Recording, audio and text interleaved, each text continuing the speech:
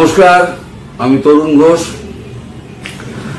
আজকে আমি আপনাদের এমন একটা খবর দেব যে খবরটা শুনলে আপনারা খুব অবাক হয়ে যাবেন যে একটা মানুষ নিজের স্বার্থ সিদ্ধির জন্য দেশকে কিভাবে বিকিয়ে দিতে পারে।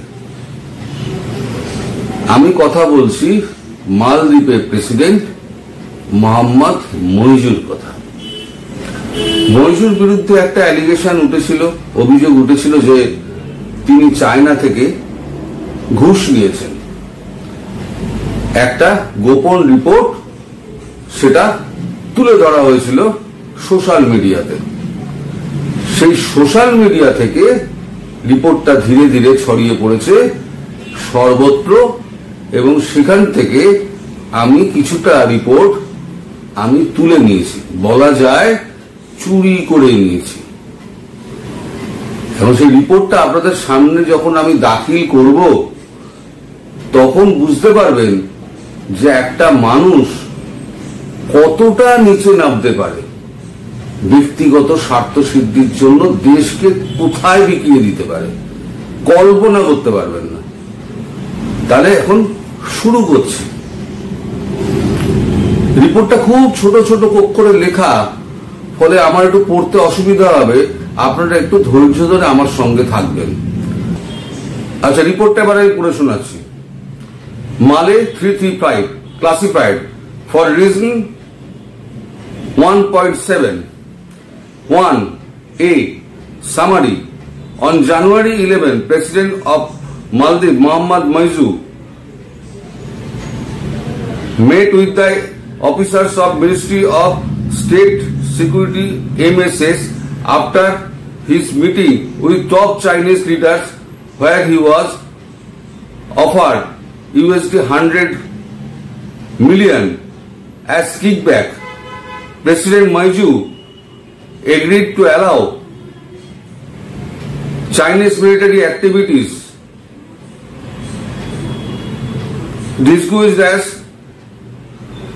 infrastructure development projects in Maldives. By the times President Mohammad Mojzu will return to Maldives, and agreements of social housing projects in এটা এমন দ্বীপের নাম ফুসিদিগারু ফালু। যদি উচ্চারণে ভুল হয় আমার মাফ করে দেবেন, কারণ এমন ছোট ছোট লেখা আমি বুঝতে পারছি না, আপনারা একটু বড় করে দেখে নেবেন। কমা fisheries project, processing factories and road infrastructure, road redevelopment, which are all related to Chinese Belt and Road Initiatives (BRI), will come into action. Fisheries product processing factories project in specially designed to destroy local income. যারা local যারা income করে তাদেরকে একেবারে ধ্বংস করে দিয়েছে এই fisheries. Sources of Maldivians and to Malay then dependent on Chinese money. The same project will also be used to hide Chinese naval movement and activities in Indian Ocean. Fraud from fund from China will also be spent in Maldives to strengthen President Mojzu's control and power to benefit Beijing's। এইবার যে মারাত্মক কথাটা আছে সেটা একটু শুনবেন মন দিয়ে, সেটা শুনলে পরে আপনার মাথা খারাপ হয়ে যাবে।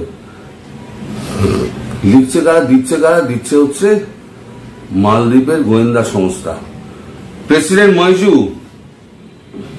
was taken to a joyride in the city, মানে Beijing A, where he spent his night in different hotel with Chinese escort girls provided by Ministry of State Security ব্র্যাকেটে NSS।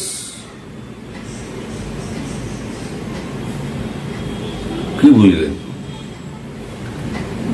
সমস্ত চায়নার হাতে তুলে দিয়ে নিজের ক্ষমতা ধরে রাখার জন্য প্রচুর পয়সা চায়না দিয়েছে এই ইলেকশন জেতার জন্য। আজকে বোধহয় ইলেকশন হবে, মইজু বোধহয় জিতেও যাবে, কারণ এত পয়সা চায়না দিয়েছে তার অপোজিশন পার্টির সমস্তকে বল দাবা করার জন্য। মইজু হয়তো জিতেও যাবে, তার জন্য মইজুকে এসকর্ট পর্যন্ত দেওয়া হয়েছে। আর কি বলবেন? আচ্ছা, এবার আসুন, the central bank of Maldives monetary authority MMA has revealed that large amount of suspected corruption money was deposited in the account of President Dr. Moijus when he was in the housing minister. Of the rupees 17.4 million deposited in Moijus account, rupees 7 million was deposited in cash. The cash was deposited in 110 times. 110 বার ধরে ওই 7 million করে দেওয়া হয়েছে। In addition, $1,36,882 was deposited into his account. $15,600 in cash was credited to his account. A large amount of money was deposited in his account in the name of various employees working under him in the housing ministry. বন্যার মতো টাকা ছড়িয়েছে শুধু মইজুকে ক্ষমতায় রাখার জন্য। মইজু সমস্ত টাকা দিয়ে তার বিরোধী দলের লোককে সব কিনে নিয়েছে।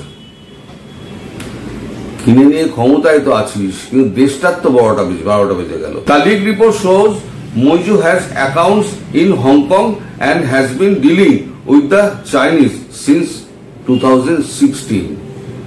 মানে 2016 থেকে এই কাণ্ডটি মইজু করে যাচ্ছে। আচ্ছা, কোন ভাবে কত টাকা কোন কোন অ্যাকাউন্টে সমস্ত গেছে, ডিস্ট্রিবিউশন হয়েছে, তার একটা চার্ট দেওয়া আছে। চার্টটা আমি দিচ্ছি, কিন্তু চার্টটা পড়া যাচ্ছে না। মইজু কি করে ক্ষমতায় এলো? মইজুর আগে যে প্রেসিডেন্ট ছিলেন তিনি হচ্ছেন আব্দুল্লাহ আমিন। আব্দুল্লাহ আমিন, ইয়েমিন লেখা, আসলে হচ্ছে আব্দুল্লাহ আমিন। আব্দুল্লাহ আমিন করাপশন চার্জে 2021 সালে জেলে চলে যান। তারপরে যখন একটা প্রেসিডেন্ট নির্বাচন হয়, মানে আপনার তাৎক্ষণিকভাবে, সেখানে মইজু ইন্ডিয়া আউট ক্যাম্পেইন করে, তখন তার আগেই চাইনিজরা পয়সা দিয়ে দিয়েছে, ইন্ডিয়া আউট ক্যাম্পেইন করে মইজু ক্ষমতায় বসে গেল।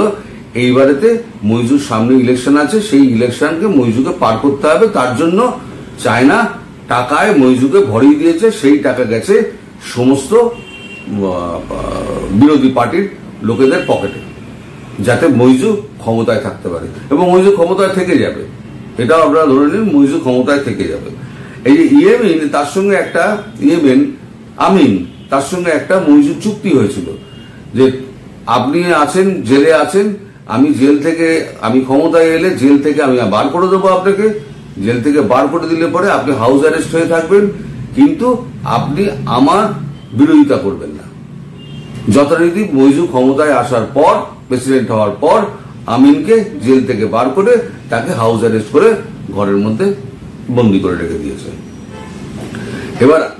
এবার কি কি সুবিধা দেওয়া হয়েছে আর কিভাবে ডেট ট্যাপটা চায়না কি করে ধারের বোঝা চাপিয়ে দিয়েছে মালদ্বীপের ওপরে, এবার একটু শুনুন। Agreement sign with China to build 30,000 housing unit in Rasmale. Project stop major stall erosion happening double work cost expected. যখন ইরোশনটা শুরু হয় তখন প্রজেক্টটা বন্ধ হয়ে যায়। দ্য টার্কিশ ড্রোন কি করেছে? টার্কিশ ড্রোন নিয়ে MSCL has reduce jet fuel price for Turkish airlines that land in Velana international airport. Jet fuel and parking make up a huge portion of their revenue. মানে Turkey থেকেও, এরদোগানের থেকেও পয়সা করি কিছুনি খেয়েছেন, খেয়ে টার্কিশ এয়ারলাইন্সকে পুরো মুফত চলাচলের ব্যবস্থা করে দিয়েছেন। If political game does not work, then sink the country in debt. মানে রিপোর্ট বলছে, if the political game does not work, then sink the country in debt. পয়সা তো এমনি দেয়নি। যদি পলিটিক্যালি ক্ষমতায় না আসতে পারে তাহলে ধারে দেশটাকে ডুবিয়ে দাও, ডুবিয়ে দিয়ে নিজেদের করায়ত্তে রাখো। সেখানে কি বলছে? According to data release by the Maldivian custom service, Beijing has so far exported goods and service worth $488 million to the island country. Up until 2020, China has export amounted to approximately 185 million. 2018 থেকে তো 488 million তো মাল পাঠিয়ে দিয়েছে, না লাগলেও পাঠিয়ে দিয়েছে। এবার 2020-তে, শুধু 2020-তে 20 অনওয়ার্ডস চায়না $185 মিলিয়ন মাল পাঠিয়েছে। কি মাল পাঠিয়েছে না পাঠিয়েছে এখনো পর্যন্ত তা জানা যায়নি। এবার বুঝুন করাপশনের এটা কোথায় গেছে। মইজু হয়তো ক্ষমতায় থাকতে পারবে, কিন্তু মইজু দেশের মানুষকে পুরো বিকিয়ে দিল। এই লোকটাকে সাধে আমি গালাগালি করি, গালাগালি এমনি করি না। আমি জানতাম মানুষটা হচ্ছে একদম বাজে লোক, যে দেশের মানুষকে শেষ করে দিচ্ছে। রিপোর্টটা এখানে শেষ করলাম আজকে। সবাই ভালো থাকবেন, সুস্থ থাকবেন এবং সাবধানে থাকবেন। নমস্কার।